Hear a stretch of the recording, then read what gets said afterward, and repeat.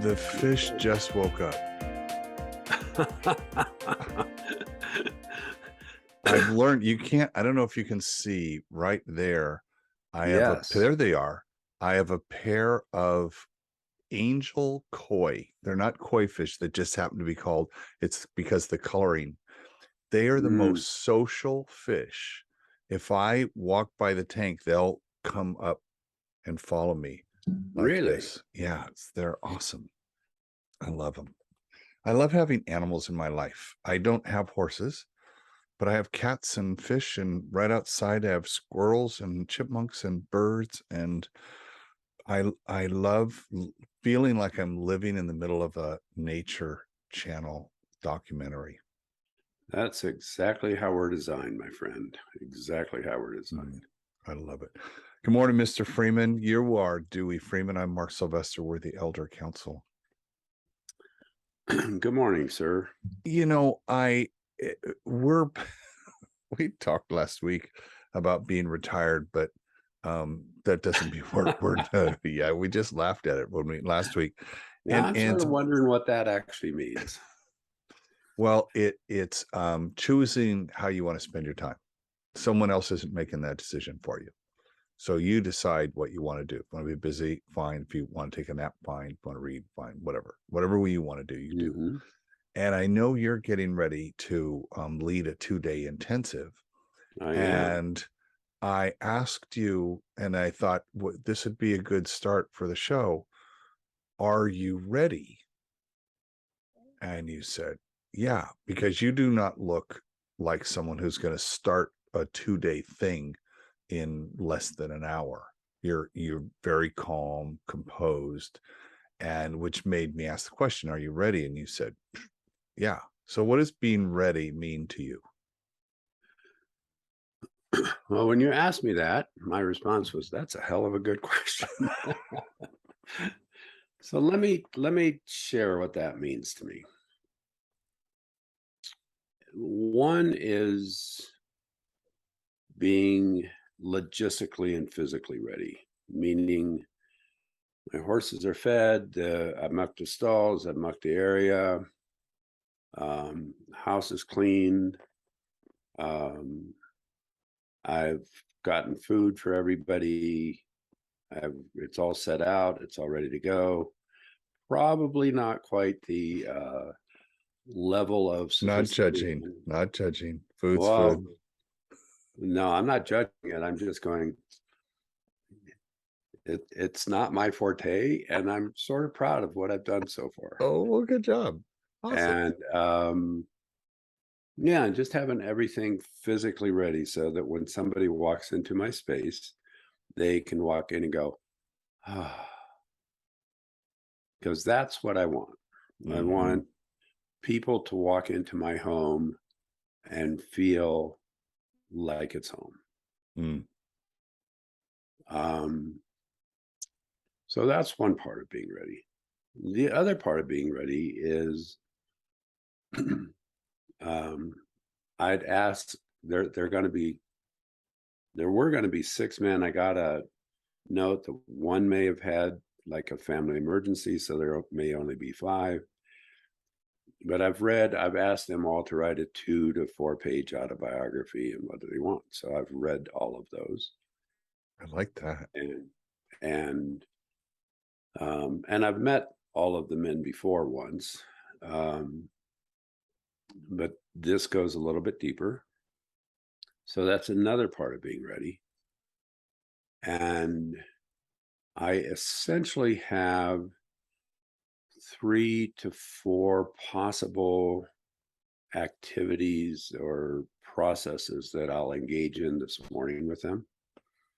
Um, and that which one I choose or which ones I choose will depend on what they're bringing and giving. So I basically have a plan that's ready to meet reality, depending on how that goes. Um, and I always anticipate that that the beginning of what I do will, I sort of know what that activity will be, and that most likely part of what I have planned will happen. And then Life because will happen. yeah, then life will happen. You have Um, described improv to a T. oh, I did. Yeah. Well, that sounds pretty cool. So one of the things we're taught in improv, we've talked about this on the show about being present and Hmm. listening, because as they come in and you're very present, you define presence, and when they come in this morning at 9 o'clock, they'll bring their energy and their expectations and their objectives and what they want. All that will come in, and you'll be listening to that, and you have prepared, but you haven't planned. You prepared because Exactly. your plan is, well, we're going to do this, we're going to do this, we're going to do this. They show up, and if you're listening to them, and which you will do, the plan could change dramatically. And if they come in and are, you could tell energetically they're looking for a thing, but you've planned another thing. If because your force of will says we're going to do the thing I planned, then they're going to be disappointed, and you will not have met their needs. Right. Right? You would have satisfied yourself, but this 2 days is not about you, it's about them. Exactly. That's and you're prepared. So your deck is stacked full of all the stuff we could do. And then because you've done this for 80,000 hours, you can say, okay, you know what? That's going to be the right thing to do because that's how they've shown up, which is what I want to talk about today, which is the world belongs to those who show up. Whoa, nice. That's That my was job. well put together. That's my That job. was well put together. Kudos to you, my friend. And as you're talking, my what I see, and I really like your words showing up, is my role, my job, as I see it, is for me to show up. And my role and my job is to have what I would call a set and setting to allow them to show up. Right. And so I'm my planning or being ready has to do with me being ready. It also has to do with having a set and setting for that they can walk into Mm-hmm. and allow them to open. And some might call that holding space, right? We had done we had just finished, it was a couple days after a TEDx. It was in 2012, because I remember it was 12, 12, 12. And I said to one of my buddies who's a psychologist, and I said, why? Because he loves coming to the TED events. I said, why is it so different, Keith? Because it's different. Like Mhm. it feels different. And he says, because you and Kimberly know how to hold space for us. Yes. And it was set and setting. That no detail is overlooked. To your point, you have the food there, the house is clean, the stalls are mucked, and you know what I call, if something wasn't set right, I see that as a friction point. And Mm, that if one thing is out of place, the person's going to be distracted by that thing that's out of place and not be paying attention to the gestalt, if you will, of what's exactly. going on. And because one little thing wasn't in order the way it should be. And so to me, I'll coach my volunteers. All of our jobs is to remove every obstacle, every piece of friction, so that they can sit in their seat, be ready to receive an idea, and then push the idea out into the universe. And Right. so I want the ticketing to be perfect, the welcoming to be perfect, the food to be perfect, the coffee to be perfect, all of that stuff. And I'll tell you how in the weeds I can get on this shit. I don't want typos, because a typo throws me off as well. It's like, oh, well, they didn't have enough attention to detail to fix what else did they not pay attention to? Right. Well, and in my world, I would call that a sideshow. Mm. It's virtually the same thing. It's just a little bit of a different door to come into. But what I want to do is eliminate sideshows. There you go. And um, if the coffee's not made, if there's a typo, if there's somebody's name is printed upside down on a name tag, if All of it that. it disturbs the path that we're trying to set.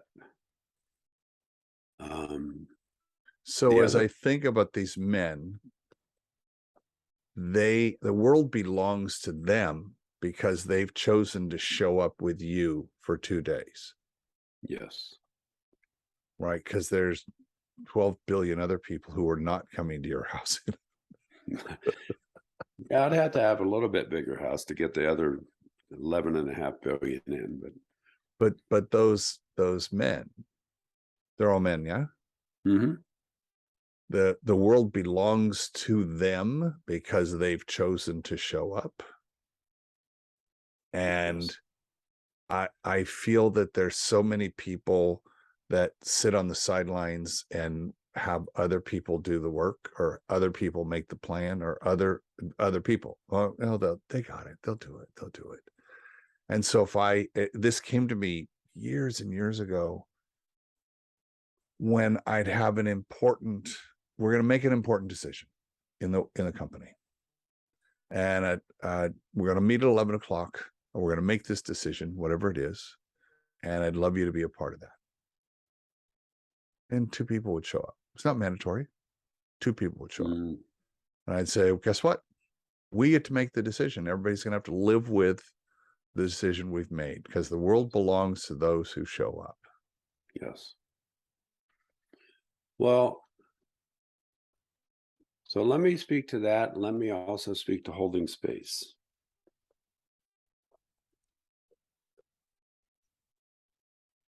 Holding space is a term that's out there in a lot of different arenas.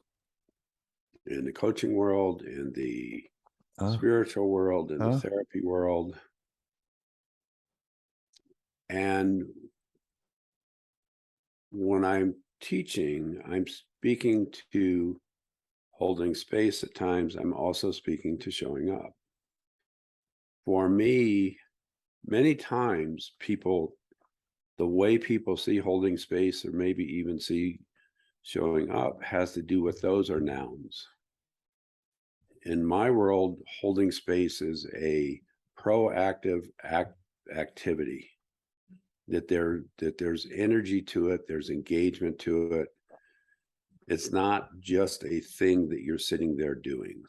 You're creating space and you're holding space for something fluid to happen within that space. And the same way with showing up. There's a difference between showing up and going, okay, here I am, and actually showing up with the intention to engage. So I've amended my little world belongs to those who show up, because I learned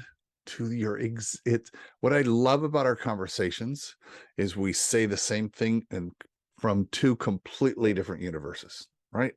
Yes. I added the world belongs to those who show up, comma, with a plan. Mm, okay. Because what would happen, I would find that, okay, we're all here. I'm here. Now what do I Yeah, do? sort of like people. Okay. Now what? Dance, pony, dance. Yes. Entertain me. Yes. Right. And it was like, And okay, well, I have a, because guess what? If I have a plan, and you know me, I'm the first one with a hand up. I'm the first one standing at the board. I'm the first one, as I've learned it, show up with a plan. Oh, we're talking about this decision for this. Well, here's what I think about that. And now we're either collaborating, or right, we're contributing to this. Okay, I've thrown some stuff on the table, and now we're collaborating, or we're editing. Right, we're saying, oh well, that word there, we're not really collaborating, we're editing an idea. So mhm, I've noticed there's a real difference that collaborate, I think of as co-create. So there's yes. ideas coming, as opposed to one person's creating and one person's editing. When, and this is probably, you probably know more about what I'm going to say than what I know about what I'm going to say. Years and years ago, I was involved slightly in community theater. I was actually sitting in the audience watching a play being rehearsed, and someone on stage got really upset and left and quit the play. And the director looked at me and said, "Will you come up here and read these lines?" And I'd never done that before. I was less than a white belt. I do not see that on your bio anywhere. Rightfully so. And I did. I didn't even know what, upstage, downstage. I didn't know what any of that meant. Yep. And when I was told, stand down stage, I would, where's that? Back there, right there. And it turned out, that turned out okay. And I sort of stumbled through that. And then there was a very small part that probably I was on stage, maybe 2.5 minutes, that I was asked if I wanted to do that. And I did that in another play too. But, and the reviews I got from my friends was, "Don't quit your day job," which was like, yeah, you're right. We're in agreement with that. But the thing that struck me, and I really liked this particular director, because what she said is that there's only, in any interaction in any play, the first line of the play is that's the only person that does any acting. So if whomever comes on stage and their first line, whatever that is, that's the acting part. Everything else is a reaction. Exactly. Everything else. And that's the piece I'm sure that you know more about than I do. But that's also in life is, are you going to bring something to the table? Mm. When we show up, is, are you going to bring something to the table and give, and I really mean give as a gift, something that somebody can react to? Even in holding space, even in being ready for something, it's like, are you going to step in and give somebody, go ahead, some just No, say, no, no. Go. some, and give something for someone to react to that will create contact and relationship? Eagles, Hotel California. We are ready to receive. Mm, Right. They're standing at the in the hotel, ready. You can check out, but you can never leave. Mhm. We could go through tear apart all of those lyrics, but we're ready to receive. That's exactly what we're saying. Yes. And to go back to improv terms, because I'm going to yes and what you said, was the person who steps onto the stage has the role of initiating. Mm. I'm going to initiate. Okay. That initiation can be, well, I haven't seen you in 2 days. You look kind of tired. So now I've initiated something. I'm maybe a Western guy, older guy, but I know you. You're my friend, so we Mhm. know that. And I've looked at you, and you're looking now. Your job is to react big with an emotion. Now that and to yeah, be a white belt improver would say, Bobby, I'm fine. What are you talking about? You've just negated what I said, Mhm. as opposed to saying, yeah, she threw me out again. Mm. Wow. So it's yes, yeah, I'm really tired. And I've given you a little more information. She threw me out again. And now it's like, all right, what'd you No. do this time? Yeah, well. Now we're just doing that dance of, and had I come in thinking, having a plan for what that scene was going to be, or you had a plan for what that scene was going to be, and you were going to stick on your goddamn plan no matter what I said, which is what people do in life, then Mhm. that's not pleasant. Now we're arguing. No, no, my reality. No, it's my reality. No, it's as opposed to an initiation, that first line, or a lot of times in improv, I don't have anything, but I can see that the last two people just left. Someone better get on a damn stage, Mhm. walk out there. If you don't have anything, just walk out there and just start doing something with your body. Just be somatic, right? Do something with your body. And your scene partner who has your back is going to react to, God, you're kind of twitchy. What's up? God, did you not sleep well? You don't look like you sleep well. Now, because you reacted to whatever it is. Right. Yeah, I didn't sleep very well on my friend's couch after she threw me out. In fact, my neck hurts like crazy. You've had a bad neck ever since that motorcycle accident. It was after the motorcycle accident that I started drinking because it was so Bingo. painful. And she Right? threw me out because In three I sentences, promised that I we're hadn't. right down to it. Yeah, right.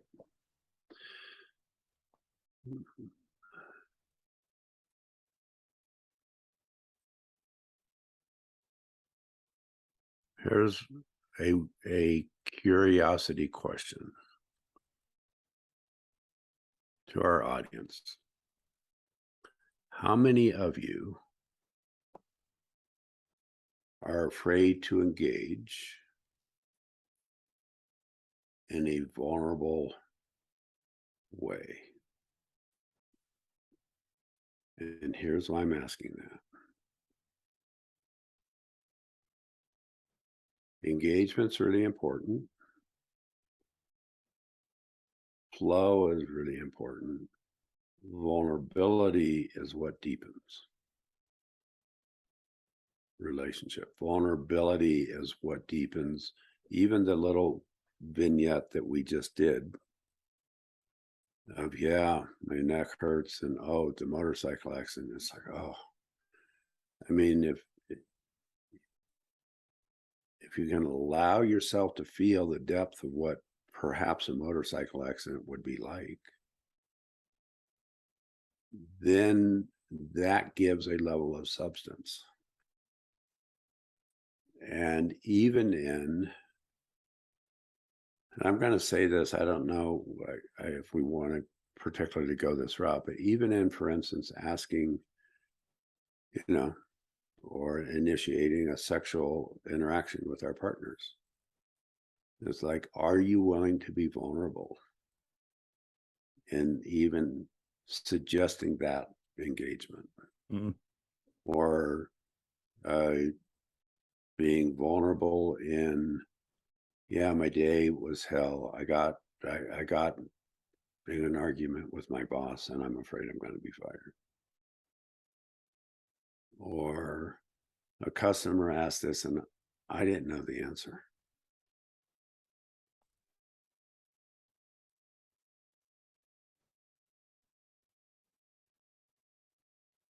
Are you willing and able to, are you able and willing to be vulnerable?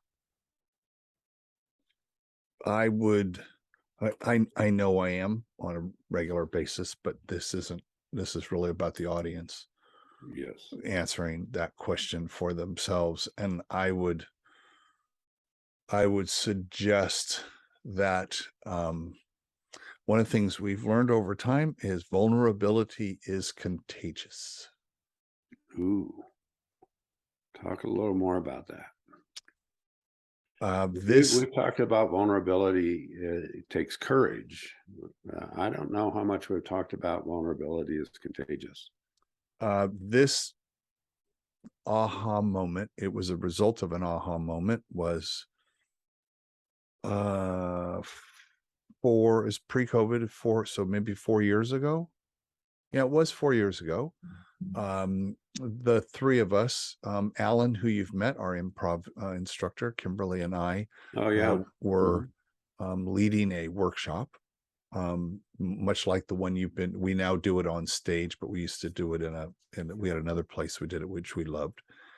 And in the 3 days before that had happened, our oldest cat had passed away in my arms. And I had been nursing him for 3 months. It was, all of it was horrible. And Alan's mother had passed away. Wow. And we were in no mood to be up and lively for a group of 20 people who'd flown across the country for a storytelling workshop. We were not in a mood. And yet, you know, you show up, right? It's game day. You do what you do.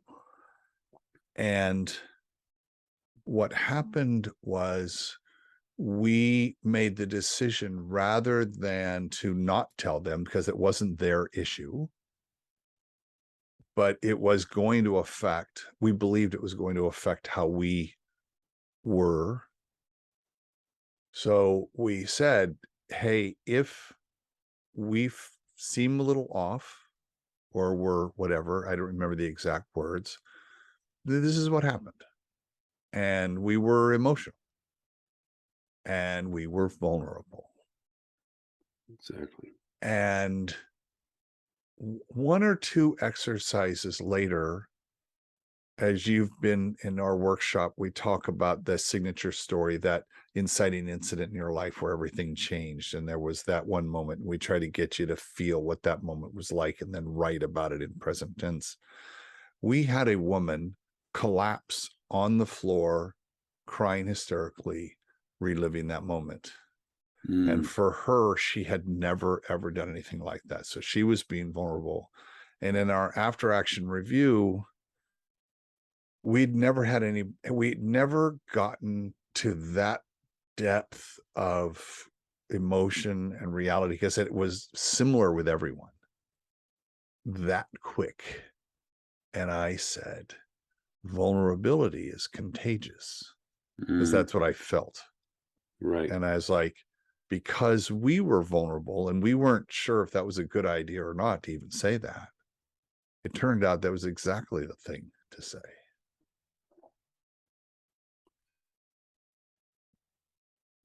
Or way to be, rather. Sorry.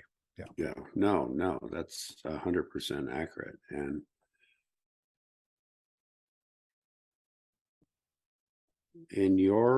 from your perspective, I'm in 100% agreement with you, with what you just said.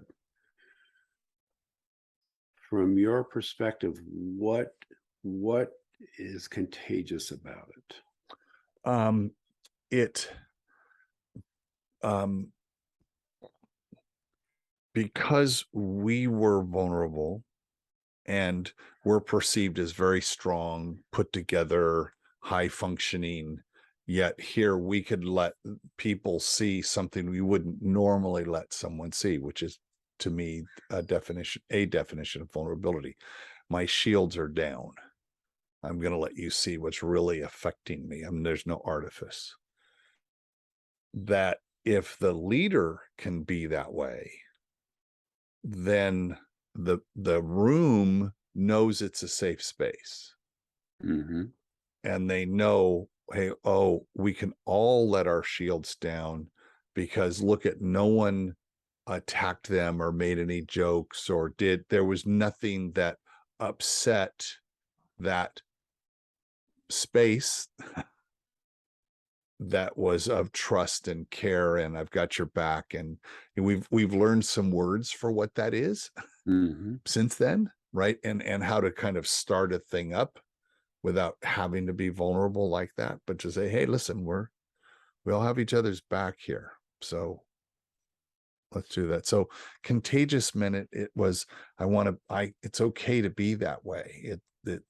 That feeling that, I guess, I mean, I've never been vulnerable before. This is, I don't know how many times this is the first time I've ever told anybody that, Right. and we're not doing life coaching. We're not doing therapy. Yeah, you're not. That's, Yeah. we're storytelling, but real storytelling, when it's most powerful, is when it touches an emotion. And that's what it's what we're always trying to do, is how do you want people to feel when they hear the story? Can I get a little geeky here? Of course. What's interesting, while you were sharing that, my body inside, it just went, ah. We have a part of our nervous system called the neuroceptive system. Our neuroceptive system is the part of our nervous system that detects danger or safety. Hmm. And probably, if I were to say that, just think of a time when you've walked into a room and you've gone, everything looks great, and you've gone, ooh, something's wrong here. Yep. Or you've walked into a room and maybe it's cluttered and maybe a bit chaotic, and you walk in and you go, ah. Like this. Yeah, like that. Exactly. When we are vulnerable, we are relaxing our neuroceptive system. We are disengaging our neuroceptive system. Mm. When we do that, other people's nervous system will pick up on that. Mm. Other people's neuroceptive system will go, oh, You guys can stand down. yeah, you guys can stand down. And what that does then is that allows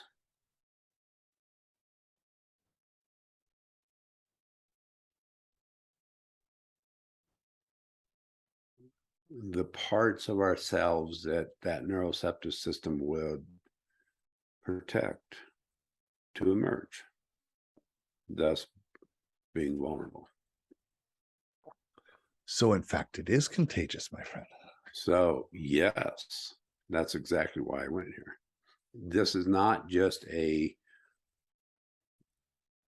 great Mark Sylvester quote. This is a great Mark Sylvester quote with science behind it. Wow.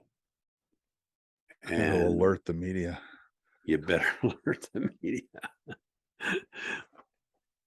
Because that part, it's true. It's like we play off of each other's nervous systems. We play off of each other's internal states.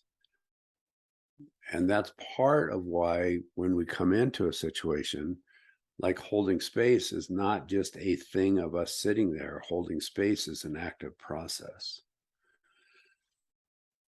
Showing up is an active process. It's not like, okay, here I am, now what?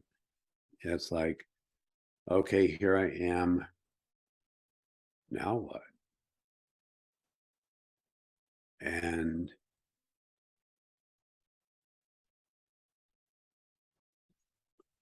that process gets, we can try to do that process without a nervous system opening, or we can do that process with our nervous systems being open to allow us to do that. And those are two very different things when that happens or doesn't happen. Which I think speaks to intentionality. And if I'm intentional of doing that, then it's going to be open. If I'm not I'm passive, then, which gets back to it being an active state, to your point. You mentioned state and the state of being vulnerable. That state is transmissible energetically to someone else's nervous system. And I had been taught, I don't know if I taught, I heard, I learned, I believe it, that there were only two things in life you actually could control. Just, you think you're in control, you're not, right? Two things, according to this person. One was your blueprint, like what I'm going to do. I'm going to make a plan. That's my plan, and I'm going to execute that plan. I can do that. I have control over my plan, my blueprint. The other, though, is my state. I control my state. And he gave numerous examples of how those around you are affected by your state, profoundly affected in some cases by your state. So if you're a leader and you show up angry, that's going to affect the people around you. Totally. It's one of the reasons when people say, how you doing? I'm always good. I'm always in a great mood. I'm always, and I'm going to project a state because I know that's going to affect, they're checking state check on me, and that's going to affect them, to your point. And so I'm always aware of how I show up energetically, to your point, because that is, I want to set the table. I want the setting to be one of positivity, at least to begin with. Did I wrap everything together there? Most of it? Yes. And here's the key to that, I think. And I know you well enough to know this. When you have that state of optimism, of greeting, of openness, of positivity, that's true for you. Yes.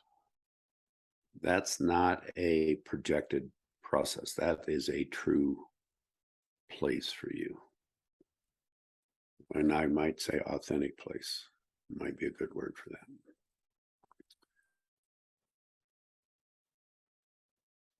What will kick off a response to our neuroreceptive system is if we pretend like we're well when we're not. Someone says, how you doing? And I go, great. That's a major exaggeration in there, but the piece of authenticity that goes with that is also what creates engagement. Just like when you were talking about the teaching that you did after you held your cat in your arms while they were dying, is when you came in with that level of authenticity. If someone would have said to you, hey, Mark, how you doing? You might not have said, I'm great. Well, what you did say was, I'm real. Yeah. And what I know about you well enough is that even though there was a really tough situation, that was seen, you are seeing it as part of the bigger picture, where your life is actually pretty darn good. And here was a really tough situation. That you were experiencing the tough situation, but you did not become the tough situation. Right. Give me an example. I think if someone was listening to that, they would like my inner audience is asking me to ask you the question. Give me an example of not becoming the situation. Because I have a sense that that might mean something to people who are listening, including me, but help me understand that, Doc. That we're actually able to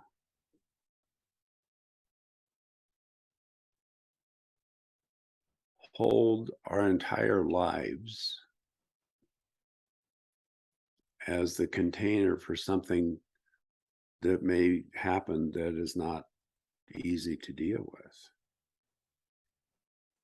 So I'll give you a very specific example. About 5 or 6 weeks ago, one of my horses came up really lame. We'd been out of town and we had a house and horse sitter, and I came back and he was in really bad shape.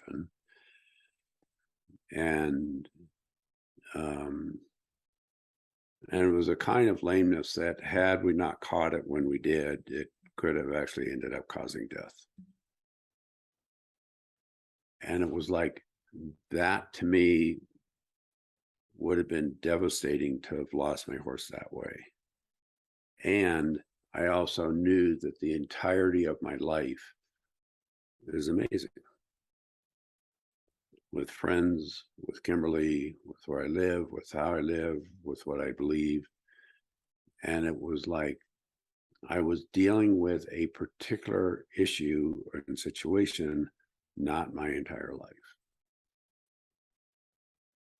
And that I was willing and able to hold it in that way. Because I had to go teach a 4-day intensive the next day, actually. And so it was like, okay, how am I going to do this?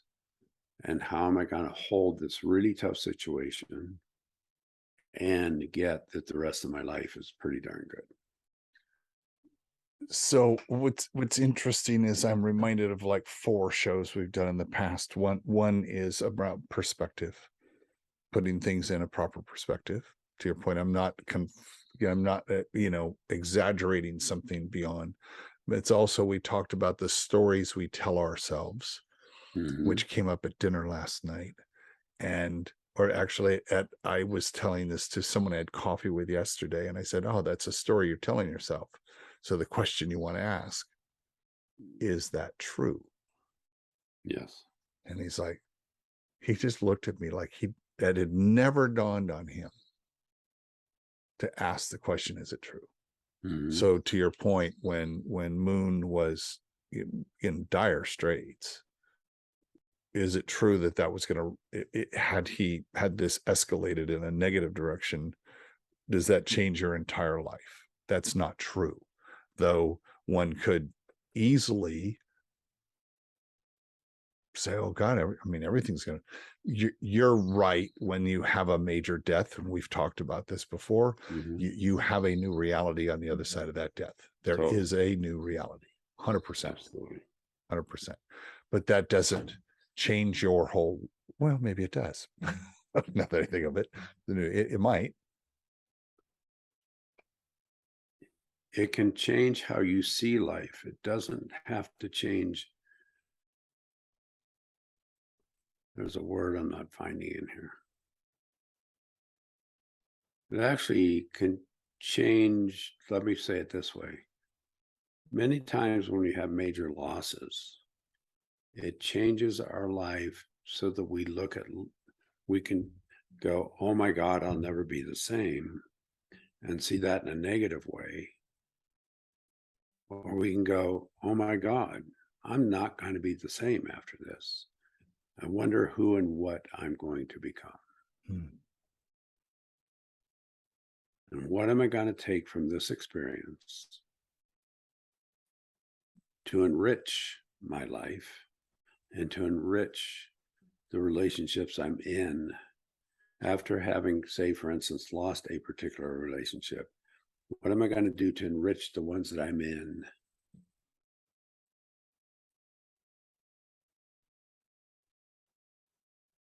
To be able to bring the loss of this other relationship into those in a way that I can, what's the word I'm looking for? In a way that I can hold the loss and deepen this relationship, these other relationships at the same time. You, my friend, have just described Kimberly's 5S method of storytelling in a really beautiful way. Mm. Setting, I have this friend of this animal. I have life's going great. Snap, something happens which causes death. Struggle is dealing through the death and dealing through the loss and dealing through all of that. The shift is when you have that realization, to your point, where you can choose how to look at this as the end of everything or the beginning of something new. Yes. And the success is the learning from that, the growth from that, what you learn from that, which brings you all the way back to you're able to share that learning with others around you because you're now different and changed as a result, which begins a new setting, which in fact is the journey. Exactly. Beautiful. Thank you. My friend, I think we've figured out the world does belong to those who show up. Right on.